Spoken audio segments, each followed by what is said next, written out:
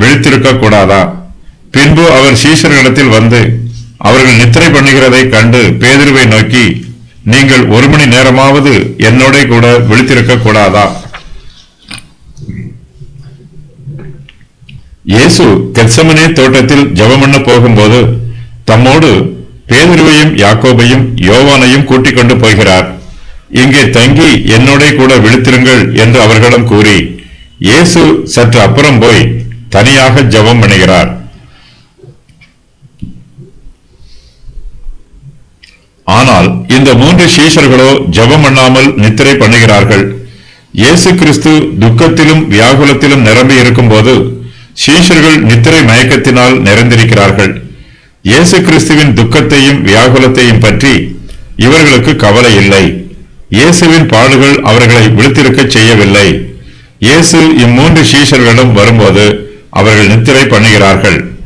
இயேசு இம்3 சீஷர்களுக்கும் மிகுந்த நன்மைகளை செய்திருக்கிறார். இவர்களை குறித்து அதிக கரிசனையோடு இருந்திருக்கிறார்.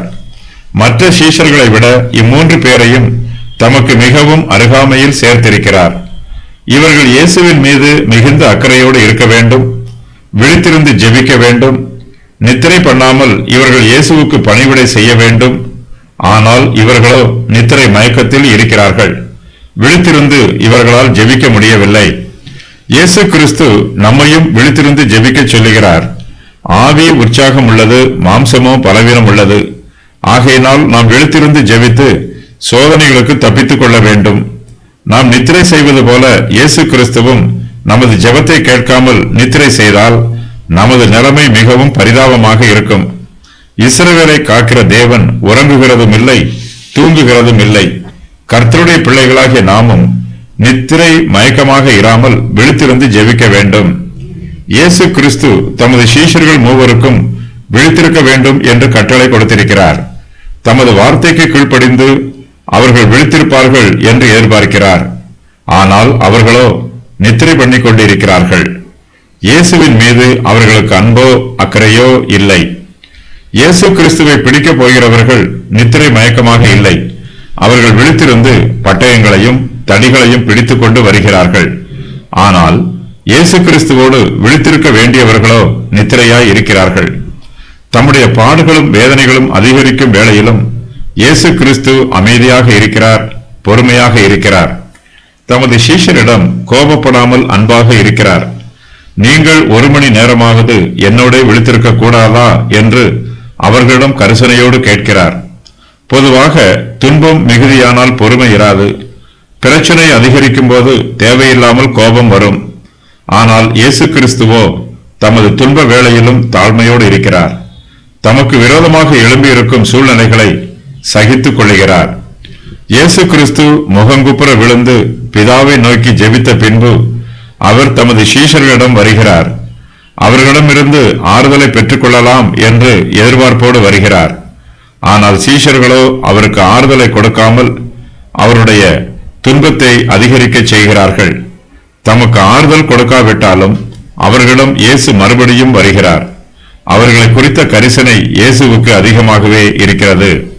தாம் பிதாவிடத்தில் ஊக்கமாக ஜெபிக்கும் வேளையிலும் அவர் தமது சீஷர்களை புறக்கணித்து விடாமல் அவர்களிடமாக வருகிறார். பிதாவாகிய தேவன் இந்த சீஷர்களை இயேசுவுக்கு கொடுத்திருக்கிறார். இவர்கள் இயேசுவின் இருதயத்தில் நிரம்பி இருக்கிறார்கள். சீஷர்களே இயேசுவுக்கு ஜீவனும் மரணமுமாக இருக்கிறார்கள். சீஷர்கள் நித்திரை பண்ணுகிறதை கண்டு இயேசு அவர்களை மென்மையாக கண்டிக்கிறார். சீஷர்கள் சார்பாக பொதுவாக பேதுருவே பேசுவார். அந்த பேதுருவிடம் இயேசு தமது வார்த்தைகளை அறிவிக்கிறார். மற்ற சீஷர்களுக்காக பேசுகிற பேதுரு இப்போது அவர்களுக்காக இயேசு கிறிஸ்துவின் வார்த்தையை பெற்றுக் கொள்கிறார். நீங்கள் 1 மணி நேரமாவது என்னோட கூட விழித்திருக்க கூடாதா என்று மென்மையாக கண்டிக்கிறார். இந்த சூழ்நிலையிலும் சீஷர்கள் நித்திரையாய் இருப்பது இயேசுவுக்கு ஆச்சரியமாய் இருக்கிறது. இயேசு தமது சீஷர்களிடம் நன்மையான காரியங்களை எதிர்பார்க்கிறார். அவர்கள் விழித்திருந்து ஜெபிக்க வேண்டியவர்கள். விழித்திருக்க வேண்டும் என்று இயேசு அவர்களுக்கு கட்டளை கொடுத்த பின்பும் அவர்கள் நித்திரையாய் இருக்கிறார்கள். அவர்கள் இயேசு கிறிஸ்துவோடு கூட விழித்திருக்க வேண்டும். இயேசு கிறிஸ்து நித்திரை செய்யாமல் விழித்திருக்கிறார்.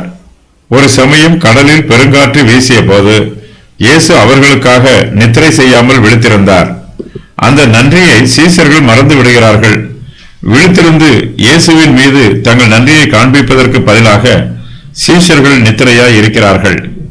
இயேசு கிறிஸ்து தமது சீஷர்களிடம் பெரிய காரியங்களை எதிர்பார்க்கவில்லை. மிகவும் சிறிய சாதாரணமான காரியத்தையே எதிர்பார்க்கிறார்.